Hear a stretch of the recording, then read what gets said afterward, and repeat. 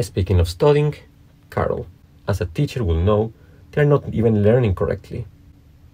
I don't mean just all the things they learn were later proved to be very wrong because it was more than 100 years ago. But they learn religious rhymes that make no sense. History that changes from one generation to the other. Like William the Conqueror, Alice's father, at school, might have to say William the Bastard, rather than she having to say William the Conqueror. And then math, that is confusing, based on memory rather than understanding it, which leads to obvious mistakes for trying to memorize it. And even more to Alice's problems, now in school, I have mentioned before how the Mad Hatter presenting is very similar to class, with nervousness and squeaky pens and no lunch yet. I'm so hungry. And since schools were just beginning to be opened up to girls, now they had to interact with boys who were not part of the family. Like the March Hare, who doesn't know how to interact with Alice clearly. Remember how she mentioned some kids she knew would be better off as pigs? I still stand that she meant a baby sibling, but the Marsh Hare and the school setting makes me think. But as some trivia, did you know being mad as a March Hare is an expression that has been used for centuries, and is a March Hare because during March breeding season they behave like mad because they have to interact with girls and they behave like idiots. Now, my point with all this is that Alice in Wonderland shows how kids' point of view are not considered as important to an absurd and stupid adult world. That children are expected to learn useless and counterproductive lessons instead of having fun, to the point of some time-consuming funs will not be considered because they have strict schedules, to the point of even alienating their own siblings from hanging out together. Their teachers and lessons they are learning can even change based on politics of the time, and yet they are considered more important than teaching common sense. Let's remember, Alice drinks a bottle because it was not marked poison.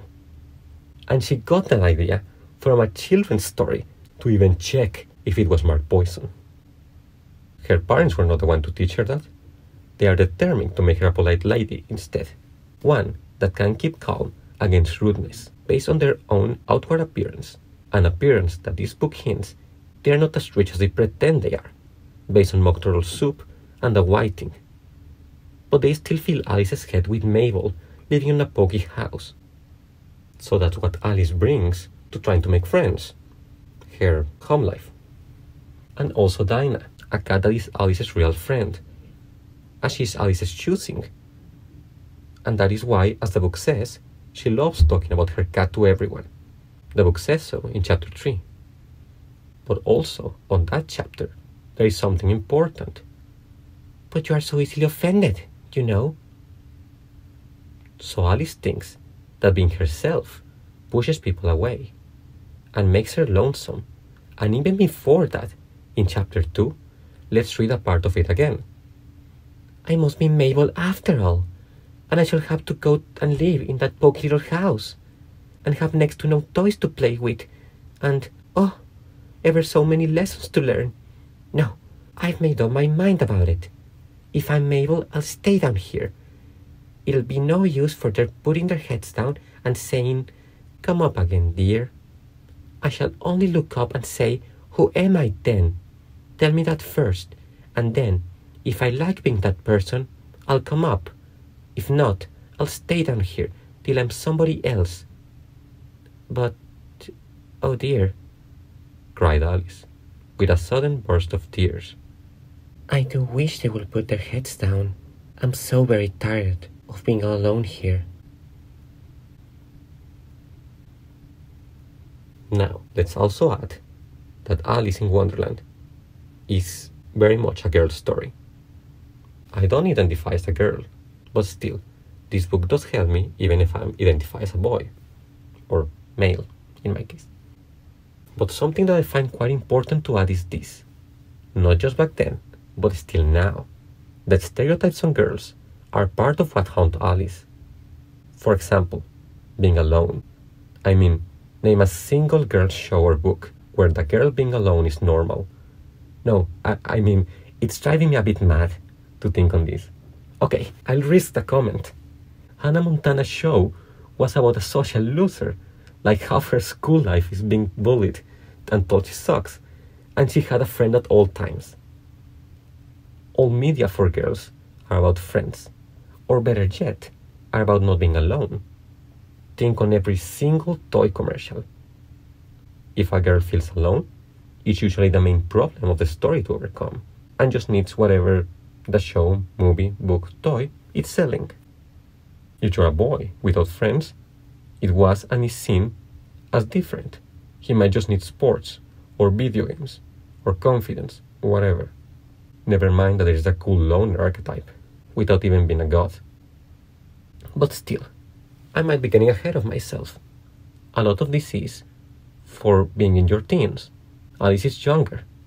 So, let's simplify it. The fear that if you don't fit in whatever you are or are doing will lead to being alone. From not being good at school to offending people by being yourself or by speaking, that if you do not do something correctly or play nice, no one will aid you then, even if you break. Who cares for you? You are only a packet of cards. But Alice, as a character, does not break. The story with these thoughts in mind are her being led to something that might beat the boredom while being time efficient. Seeing a dressed rabbit. Then she falls, and it's trapped, so it's no longer her fault for being late. But still, she can reach the fun place she wants, the garden. And every attempt leads to amusing failure. She tries to cheer herself up like usual, and tries to think, but upon doing so, she realizes that she might not be herself, and might be someone helpless and judged, like Mabel. So she cries.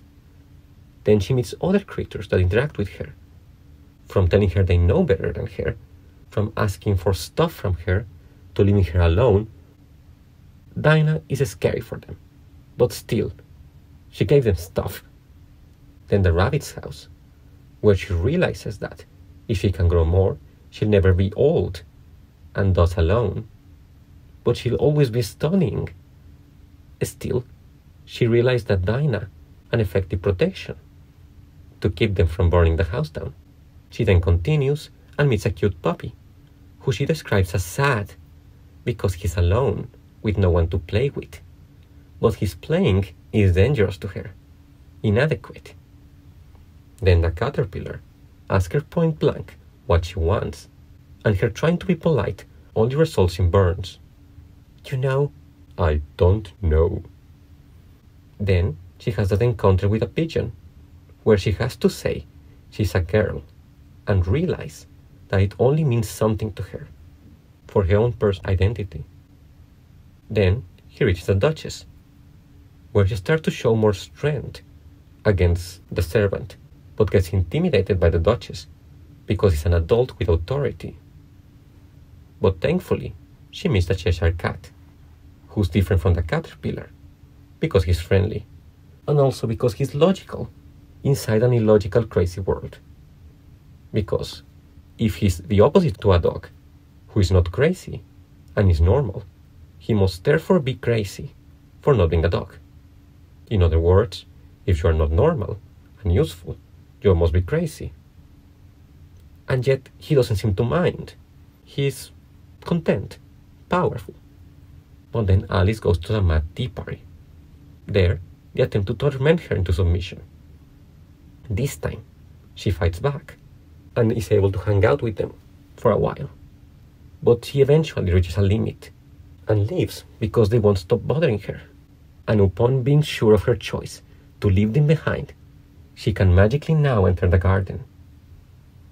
There, we see the Queen of Hearts, who doesn't intimidate Alice at all. She gets invited by the Queen, and shows that she no longer fears the rabbit, even though he's near her size, different from the time at his house. Then they begin to play, and there she shows some fear of the Queen, finally, as she's now part of the Queen's social group. But still, she meets back the Cheshire Cat, and feels better. So, when she talks to the Duchess, Alice shows patience, but now she's questioning and even focused. even though she's getting pushed around a little. Then we go to the Griffon, who, he's just terrible. The Griffon and the Mock Turtle keep trying to push her down. You ought to be ashamed of yourself for asking such a simple question, added the Griffon. And then they both sat silent and looked at poor Alice, who felt ready to sink into the earth. But still, during this whole part, she still reacts much better, not saying she eats fish this time, and the Griffon is a symbol for college. So a part of her might remember her parents telling her it will be wise to be cautious with that symbol. But then the trial, where she begins to realize that they are all idiots. She then gets called as a witness, and with the funniest "here" of all time, as if in school, she gets to talk. She defends herself, even though she's not accused, and reaches a point where she realizes that they are pathetic. They are bullying to just do it, not for any better reason. The adult world doesn't always know better, and cannot decide if she's wrong for being herself. Only she can. She then wakes up, and has time to tell her big sister about her dream, with all the confidence of being a child.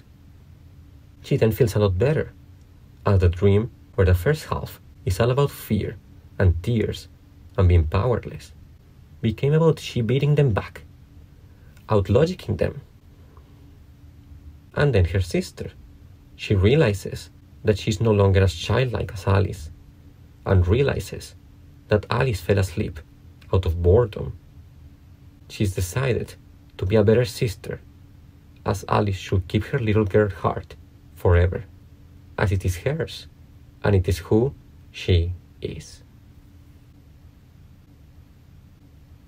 A lot of this, like her sister being nicer, and Alice realizing the adults are dumb, actually continues to the next book, as we later see how Alice and her sister behave now, and what's the problem this time. But still, I haven't read that book in a while. I might realize it meant something else. But for now, thank you oh so much for listening, and for watching. I'm really glad to get this out of my chest. I had it for a while. Of course, I did not meet Lewis Carroll. I don't know what he meant. But I really think listening to Alice as a character is important. I'm winging a lot of this, as you might guess. But still, I'm very glad to have done this, and extremely glad for all who watch it. Thank you. I mean, my first video is 1,000 views. I can't believe it. Thank you for the support, and I already have the next book in mind. My other favorite book. And as I argued, this book is very important for girls. I'll argue the next one is for boys. But still, again, thank you so much for watching. And, as always, thanks for listening. I'll see you on the next book to Let's Read. Thank you.